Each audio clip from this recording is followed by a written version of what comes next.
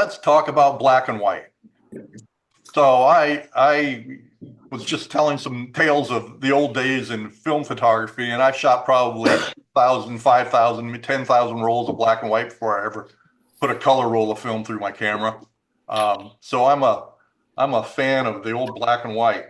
Um, and it's funny, we shoot everything in color now, and most digital cameras will give us a preview of monochrome, but the file is actually color, and which is very interesting because all digital sensors don't see in color, they see in black and white.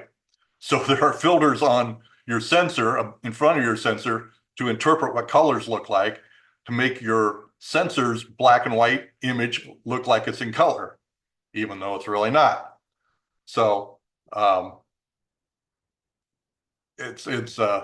so then we have the choice of when are we going to convert that color photo back to black and white.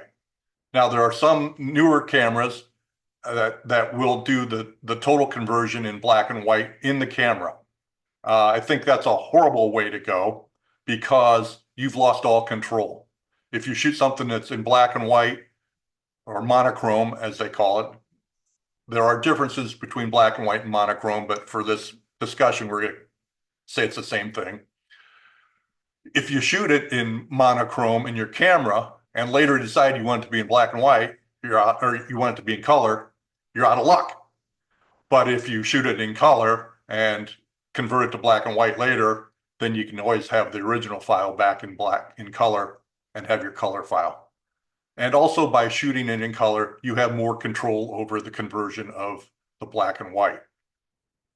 Now, what the camera is converting, or even just using any software and converting it and just simply clicking the black and white button, the conversion is based on whatever some engineer somewhere decided it should be.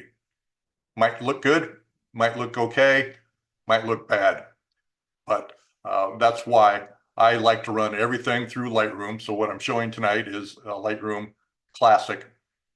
And I do all my conversions in Lightroom. No need to go to Photoshop. There's nothing I can't do in Lightroom. Basically, nothing I can't do in Lightroom that I could do in Photoshop. A couple of things, but I rarely go to Photoshop for the black and white. So when I'm shooting, hopefully I'm thinking about black and white when I'm shooting. So there are basically two reasons I'm converting something to black and white. One is the scene is a nice graphic scene, and I think it'll look better in black and white. So when I'm thinking black and white, I'm looking for elements that are very graphic. So this is a shot from Acadia National Park, Jordan Pond, and nice puffy clouds. We've got the mountains in the distance. We have the rocks in the foreground, the mountain coming down in. Looks nice in color, but it lacks something, lacks a little bit of punch. But when I was shooting, I was thinking black and white. So I want to make sure that my exposure especially doesn't blow out the highlights. So my whites are pretty white, but there's still some detail there. I don't want to blow out the highlights. And I'm much more concerned about the highlights than the shadows. And we'll talk about why that is a little bit later. So I'm making sure my exposure is good for the highlights, and then let everything else fall where it may. Now, there are times when I do an HDR black and white. Not often, and again, we'll talk about why in a few minutes. But I really like the way this picture looks in black and white, and I can see in black and white. In fact, I'm kind of colorblind, so greens and reds are a problem for me to start with. They tend to come out gray. But what I'm really looking for are graphic elements, lines, contrast, and those elements that part of composition to make a good black and white. So here in Lightroom, the first thing I'm going to do to make it black and white is simply click. I'm here in the develop module of Lightroom. I'm going to just click on black and white, and that's going to make it black and white. Is that good enough? Could be. There are lots of preset filters available if you like those. I tend to not use them much, but over here on the left, we have some presets and they come with different looks. Where's my black and white? Black and white. So landscape, high contrast, all kinds of different things. And what these are really doing, ooh, that one's ick, um, is they're adjusting the sliders that we have over here. So I don't mess with presets very often. I'd rather do it myself because every photo seems like I shoot is different. So a preset, can get you going towards something, but I end up doing major adjustments to the presets. So I just start from my own. So when I'm looking at a picture like this and I've just converted it to black and white, then I'm thinking about what's my main subject and how do I emphasize that? So in this picture, there are two things that I really want people to look at. I love the clouds. I love what's happening with that and the way the mountains come together and then the rock in the foreground. So as I work on the photo, that's what I'm looking to do is make sure that center of interest is dominant and really pops out. So no particular order of how I go at things, but I tend to start with, if I have a sky, I'm going to see what the dehaze does. And as I slide that to the right, I know dehaze likes the blues in a picture and will make a sky pop a lot more. And in this case, it's doing that. And while I'm there, I'm going to hop on clarity. And clarity in black and white, clarity adds contrast to the midtones, which is, if you've ever worked in a darkroom, a concept you can't conceive of. But with black and white, it can really make things jump. And then I'm going to work on the whites and the blacks. Now, I love a black in my black and white. I want my blacks to be black. That always adds more pop. So I'm kind of watching the histogram. As I can see here, I'm just barely at the edge of black, but I really am watching my print much more than the histogram, my photo. So I'm going to go to the blacks and I'm going to bring the blacks down and make sure my blacks are black. And it's going to give me an alert saying, ooh, things are too black. And when I get an alert saying, ooh, things are too black, which really means that I'm losing detail in the shadows, that's when I'm happy. I love a black. So I don't mind losing some detail in the shadows because usually I don't want people looking in the deep shadows anywhere. Anyway, so take my blacks to black. Now, what's the right setting? Every photo is seasoned to taste. It's whatever you say is right. I've had people say, well, that's not a natural looking black and white conversion. And then I ask them, how do you know? Who says? What's right? What's black and white? The only people who can tell me what a black and white conversion really should look like are total colorblind people. If you're totally colorblind, you see no colors, that might be the right answer. Otherwise, it's a matter of taste, right? So in this case, my blacks feel a little too black right at the moment, but we're going to work on that. So we're going to back them up just a little bit. And then I'm going to work on the highlights a little. And I think my highlights are a little bright, highlights being the brighter part of the picture. So let's just darken those a little bit and we're getting a little more detail in those clouds, right? And also the rock. And maybe the whites. Let's see what the whites are doing. There we go. I don't want to go too far and make everything just a icky gray. I want to have some contrast in there. And I usually don't have to punch up the contrast. I'm usually going to do that in a different way. And that's either by adjusting the highlights and the shadows or another trick I'll show you here in a minute. So shadows, I usually am going to darken my shadows too, because again, I like that hard look to a black and white photo, and we're getting there.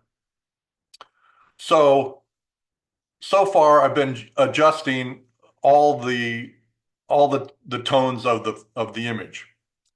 But I love to go into the individual colors, which is called the black and white mix once you've clicked on the black and white, and really adjust the colors within the image. Because remember, it started as a color and Lightroom still thinks it's kind of a color.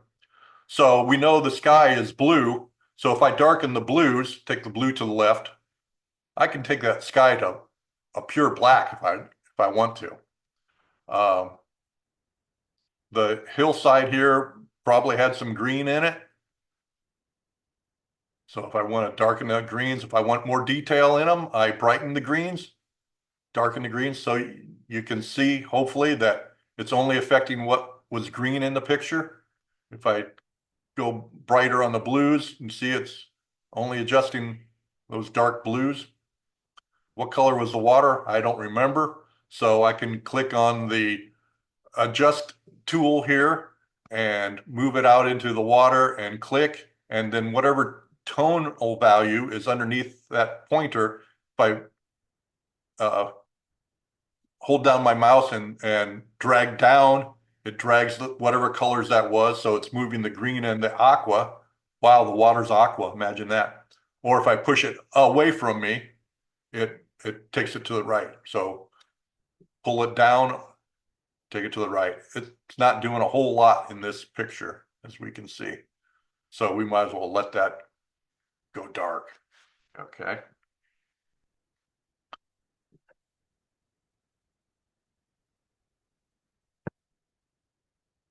So I've gone from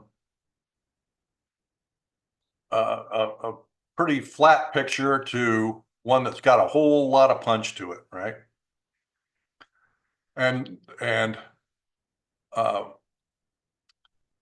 depending on the photo, I might add some sharpening. If I have to denoise it, I can denoise it. Sharpening is a tricky thing. How much sharpening you do and when is always debatable. Uh, it's best to sharpen when you know what you're doing with the photo.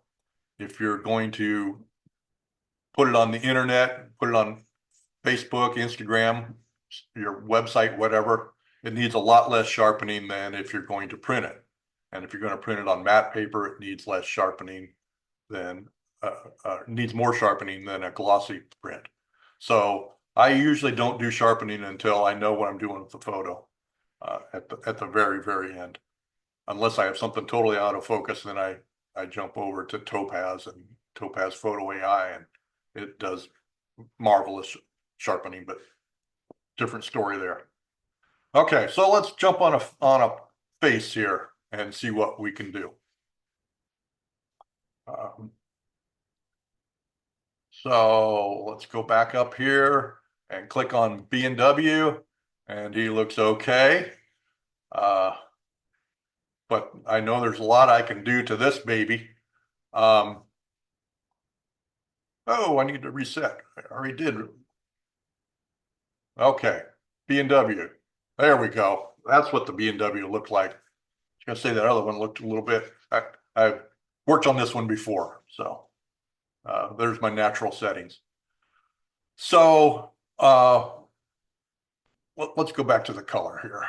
Um, so when we look at the image, I try to remember what color things are. So if we look at his face, it's actually pretty orange.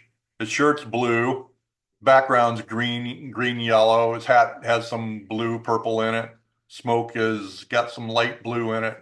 So as I go to my black and white, now when I jump on my different settings, of course, I'm going to take my blacks way down, looking better already.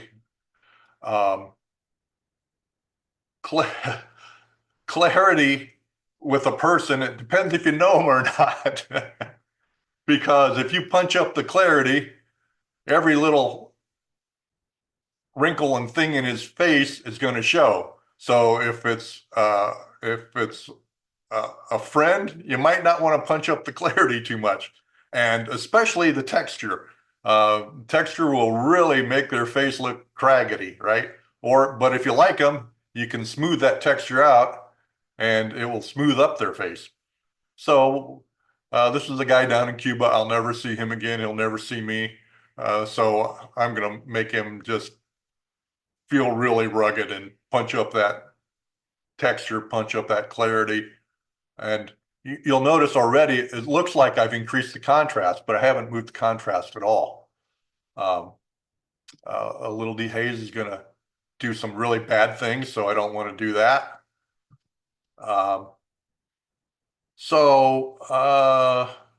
Let's open up the shadows just a little bit, get a little more detail in the shadows. Of course, my exposure is right, or I wouldn't have shot it. And again, I'm not going to work on the contrast, but I'm going to get down here in the colors. And with most people, their skin tone is orange. Doesn't matter if they're Caucasian or African American or whatever. There's a lot of orange in a skin tone. So if I want to darken his face, I can bring that orange down.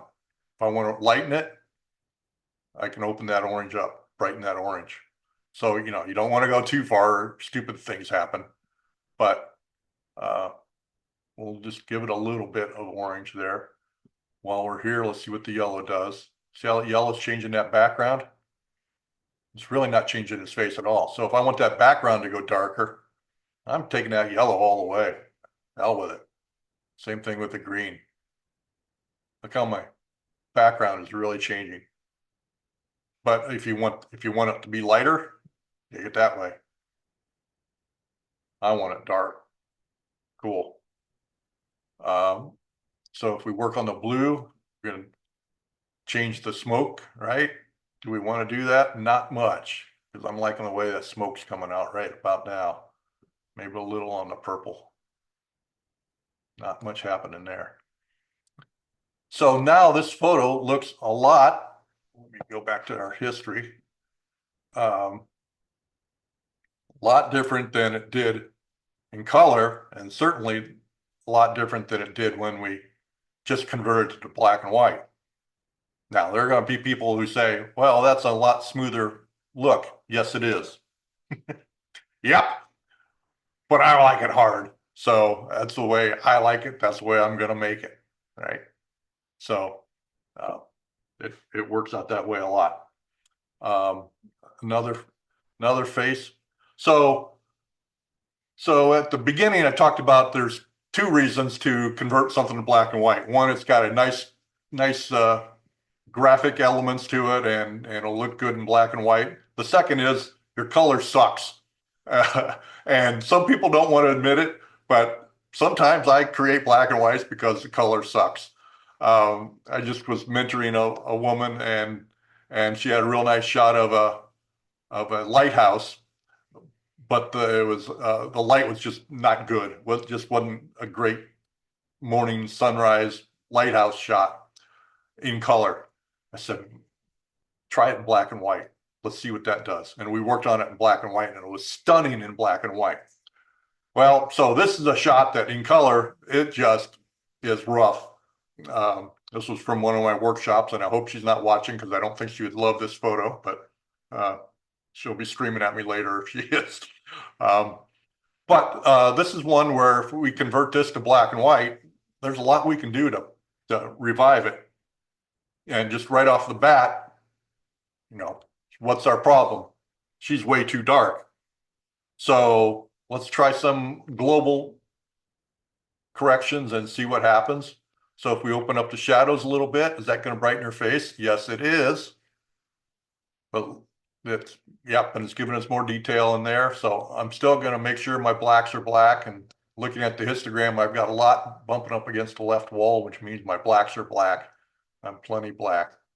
And if I'm not sure, so places like under her hair here, camera strap, I want to make sure those are pretty black. Any deep shadows, a deep shadow here. So as I move my cursor around over the photo and I look at the histogram right under here, as I move my photo around, it's telling me the tonal values from 0 to 100, 100 being white, 0 being black. So if I move my cursor down here, it's 0.1, 0.1, 0.1. That's pretty much black. Up under her hair in the shadows here, you know, her camera is black, but you'll notice it's not really, it's gray, but her camera strap is, yeah, actually it's not as black as I thought it would be too. But I'm usually looking for a good deep shadow. If somebody has their mouth open, that's the perfect place to look because it's dark inside your mouth, right? So, so we're getting a good black here. So let's bring our highlights down a little bit. We've toyed with the sky a little bit. Okay. So now we can jump on our colors and see what's going on here. We got some things happening on here already. So if I know her skin's going to be orange, so if I want her skin to be brighter, look at how I'm brightening her face. So there's some other things in the image that are in color. So if there was something that I was brightening in color, something else in the picture important that was orange, and as I was brightening her face, and I didn't want that to do it, I would create a mask for her face and then just work on her face. But in this case, I'm already getting a nice nice tonal value there without having to create a mask and dodge it and lighten it up, which I could and would. If we don't like the color of her vest, we don't know what it is, click on it, drag it down. So if it's too bright, yeah, whatever you want it to be. Must have had a lot of green in it. And yellow. What colors do we have back here? Orange. So the grass is orange, so we had a little problem there. And our blue sky, bring that back down. Now we get some nice contrast up there in the sky. Notice how it's also changing in the reflection in her glasses. That's pretty fun. But again, what's the right number? Whatever you think it is. Yeah, about in there. So if I was really working on this, I would create a mask and lighten up her face a little bit, but and darken down the grass here. But you get the general feel for that, I think. Right? Any questions so far? Okay.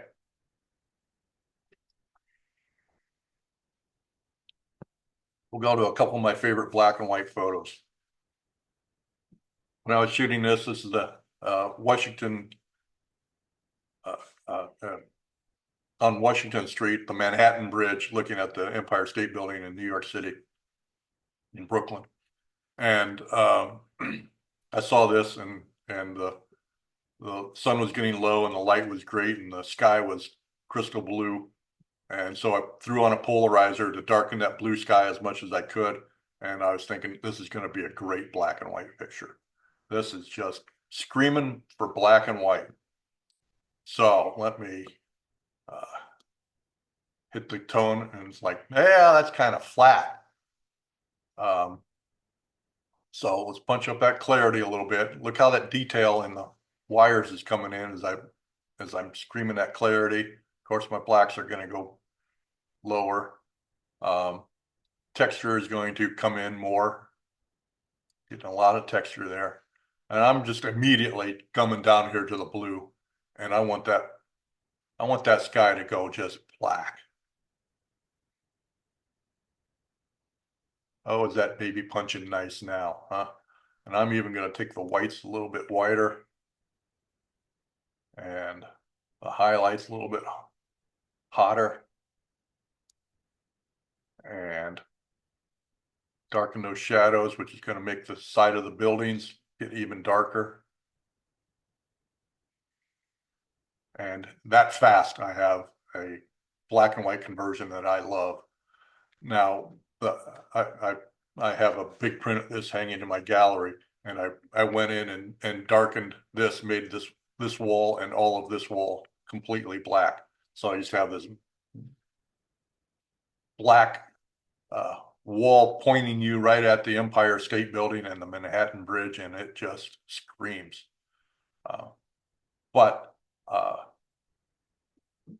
you know, other than creating a mask and darkening this, that's pretty much all I do to it. You know, if I spend more than 5 minutes working on pretty much any photo, that's a lot, and especially converting a black and white. We were talking about, you know, horrific colors, street lamps in Italy at, you know, blue hour, and they were orange and the sky is blue, and it's like, oh man, there's no way I'm ever going to clean this up, right? Let's just take it to black and white and punch up that clarity. Looking better already, right? Punch up the texture a little bit, you know, lower the whites. I'm going to open up the shadows a little bit, bring down those highlights a little bit. Make sure my blacks are really black. Let's see what dehaze does. It might work on that sky a little bit. I don't like that look. But when I come down here to the blue mixer, darken that sky. Now, if I want to make the street a little brighter, we know it was orange. So I can just brighten up that part of the street with the orange slider. And it's not messing up the trees or the sky or anything. And literally that quick, I'm done. And there's not much else I would do to this. Maybe I'd try to take my highlights down just a little bit in those areas there. But I'd probably burn this down, darken this part of the picture too. But you know, it's got a lot of zing to it in a real quick way. So I have a question on the chat. How do you avoid banding in the sky when adjusting the blue level? Usually the banding is happening in your monitor, and it has to do with the resolution of your monitor. And so if you either enlarge the photo or reduce the image size as you're viewing it, not the base, not the file size, but the image size as you're viewing it, that banding should go away. And if you made a print of it, that banding probably doesn't show up. If it does, the banding is coming from you're making too drastic of an adjustment, either with your blue slider or something is too drastic, too much contrast, too much clarity, too much dehaze. Something like that can cause some banding occasionally. But a lot of times it's just your monitor and how that looks, I hope. Okay. Do you go as black as you did for the bridge when you're preparing for printing? What else do you look for when preparing to print? Yeah, my blacks are black. When I worked for newspapers and then magazines, and I'd make prints, and I would just block up those shadows, and the printer guys would hate me, and we'd have long discussions about that. It's just the look I like. I like having the blacks being nothing and really taking something away. The bridge, the Manhattan Bridge, yes, that baby is, the sky is pure black, the walls are pure black. I have a 40 by 60 of a bridge in Boston, the Zachem Bridge. that I just made, and it is pure black, and it just screams. Just like, holy crap, look at that baby. Um, so it just really pops. Um, Now, is that the way I do everything? No, there are some scenes that are softer scenes. Um, so here's one from Venice that I would convert, and I would not make it as drastic. I want to, it's a softer scene. So it depends on what the photo is and what's it about. And this one I might even, and I'm gonna punch the clarity a little bit here. Um, uh, it really depends on what you're trying to say. If you're doing a portrait of a person and it's a soft look, do you want to have it really ripping hard? Maybe not. Maybe not. I probably would, but in this case, I'm lightening up those walls and softening this up and just making this a timeless black and white photo. All right. Uh, what else would we need to do here? We need to we did open the shadows.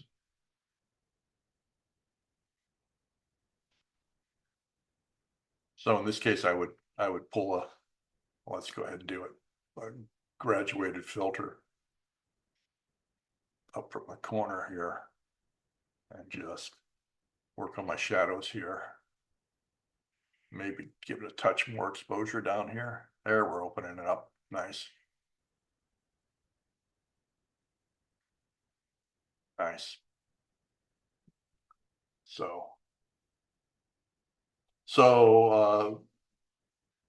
on the bridge picture, the highlights were clipped. Would you fix that before printing? Nope. Not in that case. Um, because I want those, I want that to be white. I want that to jump.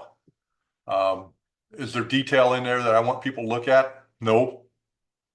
Nope. Would that work for this photo? No. If I had things blown out, that wouldn't work so well. Same way with with this. If my whites were blown out, that would look bad. In the other case, yeah, that doesn't look so bad. Um, I shot this and I thought perfect for black and white. Holy cow, this is going to look great. And it was during a workshop, and I called everybody over and I said, "Here's a great black and white shot." And then they all were looking at me like, "What the hell are you talking about?" And I said, "Well, we'll see when we get back and get in the classroom." So I converted to black and white and uh, get that clarity. Here come the windows, some texture. Here comes some more windows. Make sure my blacks are crazy black. Open up those shadows. Oh, look at that detail coming out. Woohoo! Woohoo! If I dehaze it a little bit, here come the clouds back in. Um, Lower my highlights just a touch. Notice again, I picked up a lot of contrast, haven't I? But I didn't touch the contrast. Now I get down here in my mixers, and here's where the fun's really going to happen. What color were the bricks? Orange. Do we want them to be bright, or do we want it to go dark? Photographer's choice. I'm going, I'm going about there. What did that blue sky do? Okay, not much. So in this case, I want that sky to jump a little bit more, and I know what's going to happen with the overall photo. So I shot it at what the only thing I ever have auto on a camera is white balance. So my white balance it shot at was 5800, a little bit on the cool side. So if I want that sky to come even more, um, I I crank my white balance down. What that's doing to the whole photo. Okay. So now when I'm working on my blues, my photo is more blue, right? And you can cheat also that way with the tint. Left to the green is green, red to the right. So if you make it more red, you can adjust the reds and the greens in the photo. All right. So now when I come back down here to my black and white mix, whatever was red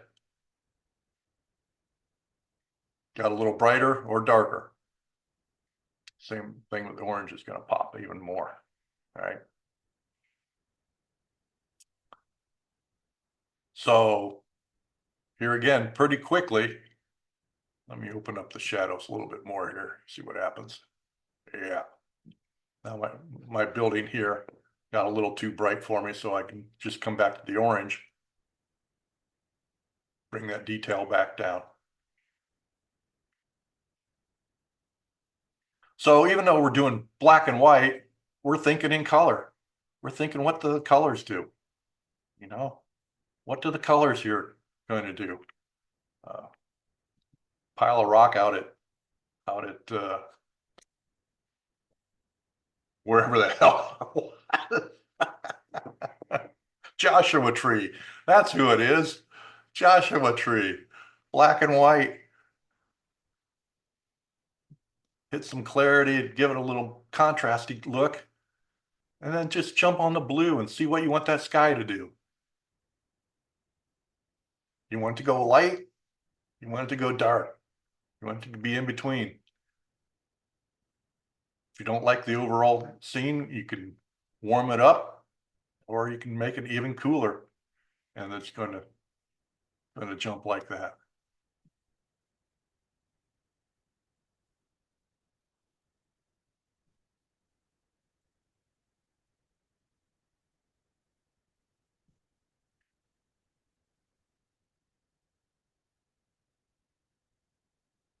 Huge difference. Is it right? Who knows? Who knows? So when we're talking about bad light, uh, you know, this church in color just doesn't have any punch at all. Okay, take it to black and white. See what happens when you punch up that clarity. This one is one where I might increase that contrast a little bit because it was pretty, not much though. Actually, I'm not going to. I'm gonna come in here with my whites, my highlights, open them up, open up that shadow a little bit, worked on the clarity. Now when I come into the blues, I'm gonna darken that sky. And if I really wanted that sky to be even darker, change my white balance. Ooh, okay, too much.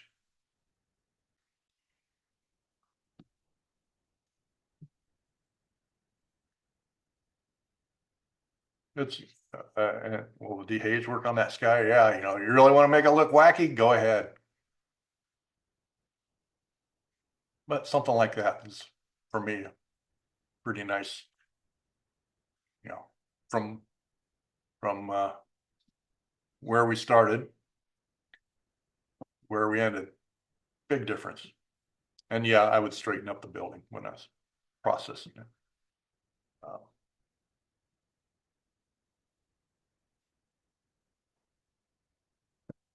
Yeah, I was just going to mention the dog face in the rocks here too. Yeah, and it got more prevalent. So somebody mentioned they saw the dog face happening in this rock. But yeah, that's a lot of fun. It's a lot of fun. Uh, Coliseum, black and white. Give her some clarity. Highlights are pretty hot. Knock them down a little bit. Make sure my blacks are too black in here. That's just black, right? And what's that sky going to do? It's going to do whatever you tell it to, however dark we want it. You know, I like the bird flying in here. When I take it pure black, I kind of lose him. So I'm going to make it about in that range. The outside of the building is orange. So again, how hard do we want to make this? You know, we can make it really, really funky or pretty soft. There's some yellow in there too. Yeah. Boom, that quick, I'm done. Next, next, next. Um, pretty hard light here and in wherever the hell this was, France or Italy. With the black and white. It's funny how often I start with clarity, but I'm going to bring the highlights down a little bit, but I'm going to make sure my color temp is pretty blue here, and then get in here in the colors and darken that orange. Look at the detail in that building come out. It's only messing with that and blue in the sky. So there are times also when I will create a mask for the sky. Okay. So that's one I've created before.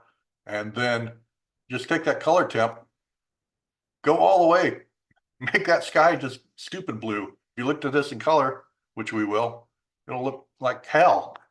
But now that that sky is blue, when I come down to my color mixers, now I can just really darken that sky up.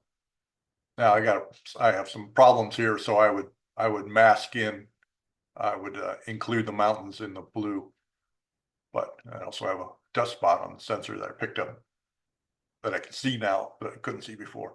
But I can adjust that sky just with the colors rather than trying to individually mess with the oh, my whites are pretty hot on this one too.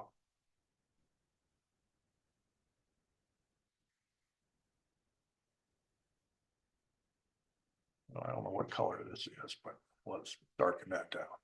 It's orange too, orange and yellow. Vastly different.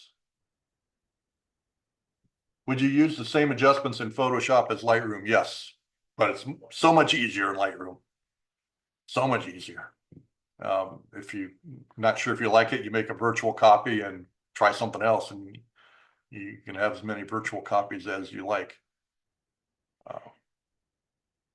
One of my favorite black and whites is this, my puppy, my former puppy.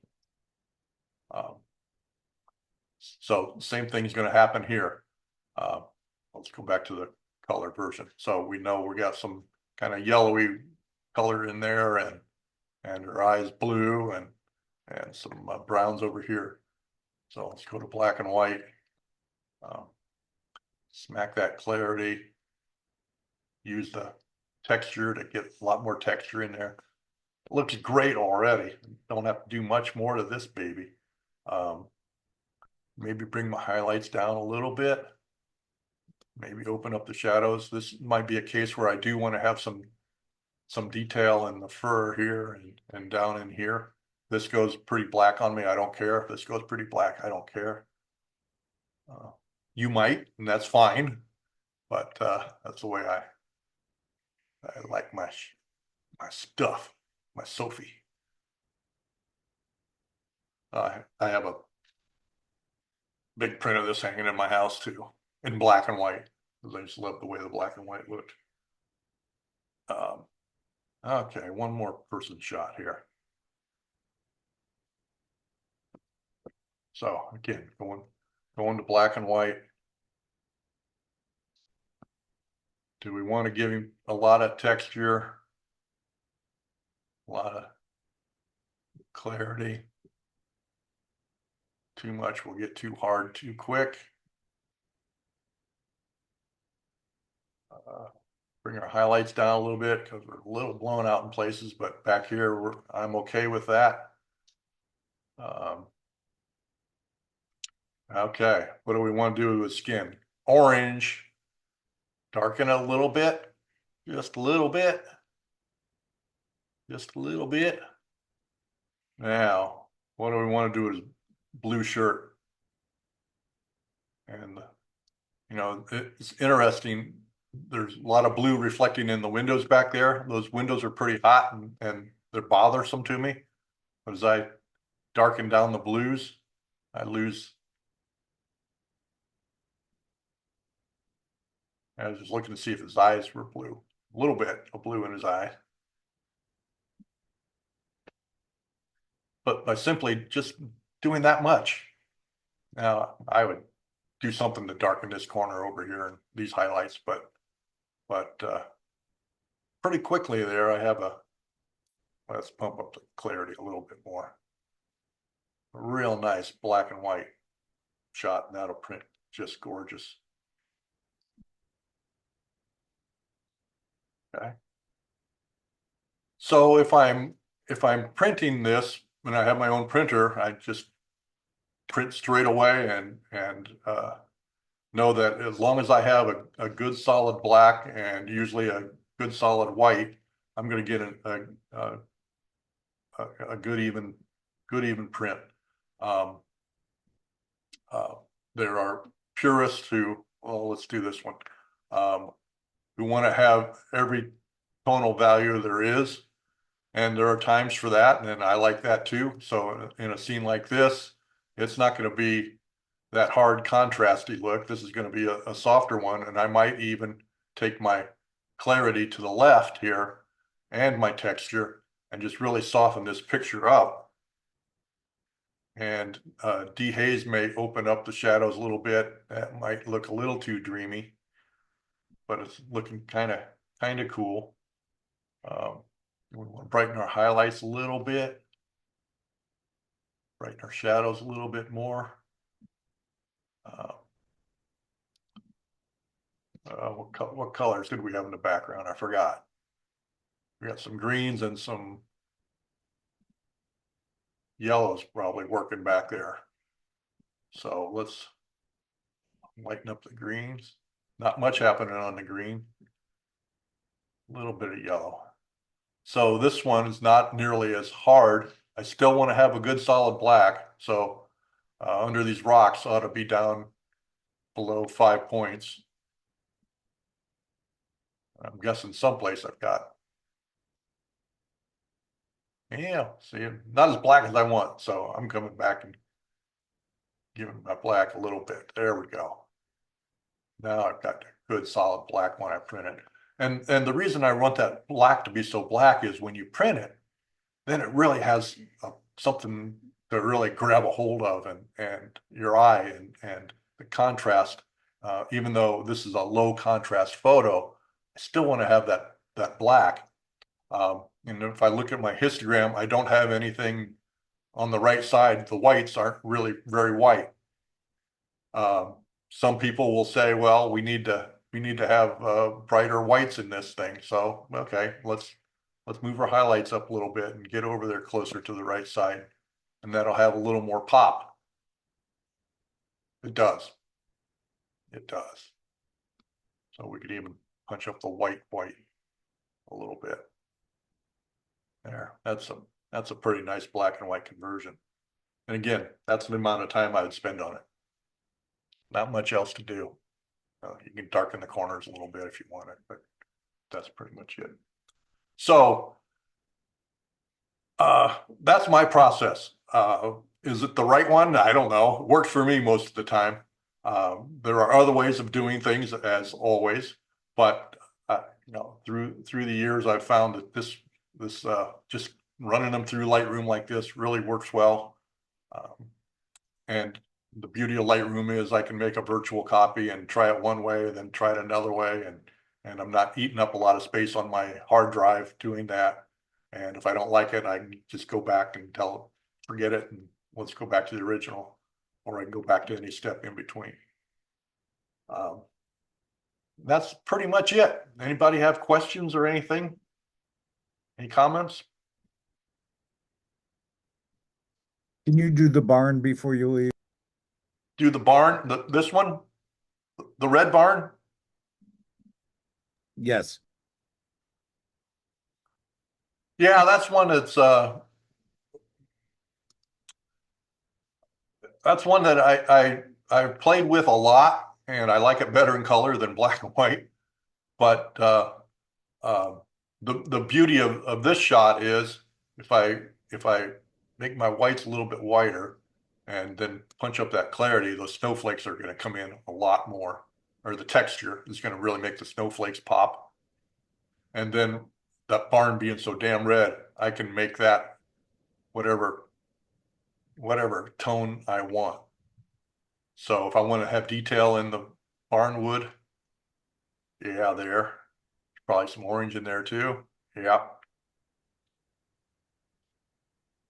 So are my highlights a little hot on this baby? Yeah, let's bring the highlights down a little bit.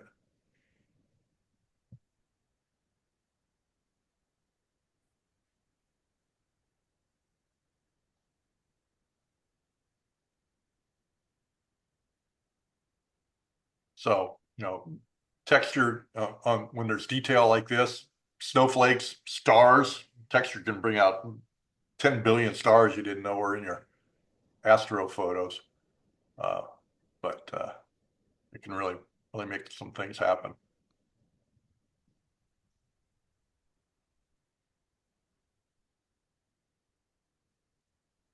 Okay, anybody have any other questions? Lauren, Yes. so when printing, sometimes the details I'm losing when printing, and in other ways I do see on a computer, but when printing, it's not really there. It goes more into the blacks. So if your prints are consistently dark, then your monitor setup is not good. Your monitor is probably too bright. So if your prints are consistently dark, your monitor is too bright. So if you darken your monitor, get a monitor calibration, it'll make your monitor look a lot darker than you think it should. Especially if you're using an Apple laptop, those monitors are way too bright, which I do, and I darken mine down when I'm doing any processing with it. As far as detail, it shouldn't make much difference, but color tones, you're not going to get the tonal values out of a print that you do a monitor. It can't carry that much tonal value, any print, no matter what you're printing on. So Right. if it's consistently dark, check your monitor. Mm-hmm. Thanks. So what settings should you use for sending out a beam for printing? ICC profiles don't really matter because they're set up for colors. So a black and white should look good no matter what. If you're using the same lab, ask them. But you want to send the full file size no matter what. Don't resize it ever if you're sending a photo out for a print. So even if it's a little 2x3 inch print, send them the full file. They're much better off having the full file size. But check with the printer if they're worried about ICC profiles. They'll tell you, but in black and white, they're not a major factor. Do I have a black and white photo printer? No, I have a color printer that has 3 different black inks, a light gray, a dark gray, and then actually it's 4, I guess, a matte black or a glossy black, depending on what paper I'm using. So it's printing 3 different blacks. The printer has 14 different inks, but it's a high-end printer. Thank you, everybody. Thanks so much, Lauren. Happy shooting. Thank you. Night, everybody.